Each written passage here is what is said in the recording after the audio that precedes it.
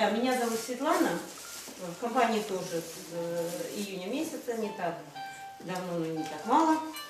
Старший сын, 3 года как минимум мучился психогенным кашлем. То есть кашель, который не лечится ничем, и все не может ничем откашляться. Все это надоело. Свекрови, вот это пыталась она как-то его лечить, но ничего не получалось, пока я не дала ему альт и релакс. Он за 3 дня кашель уменьшился, и сейчас практически отсутствует релакс и альт.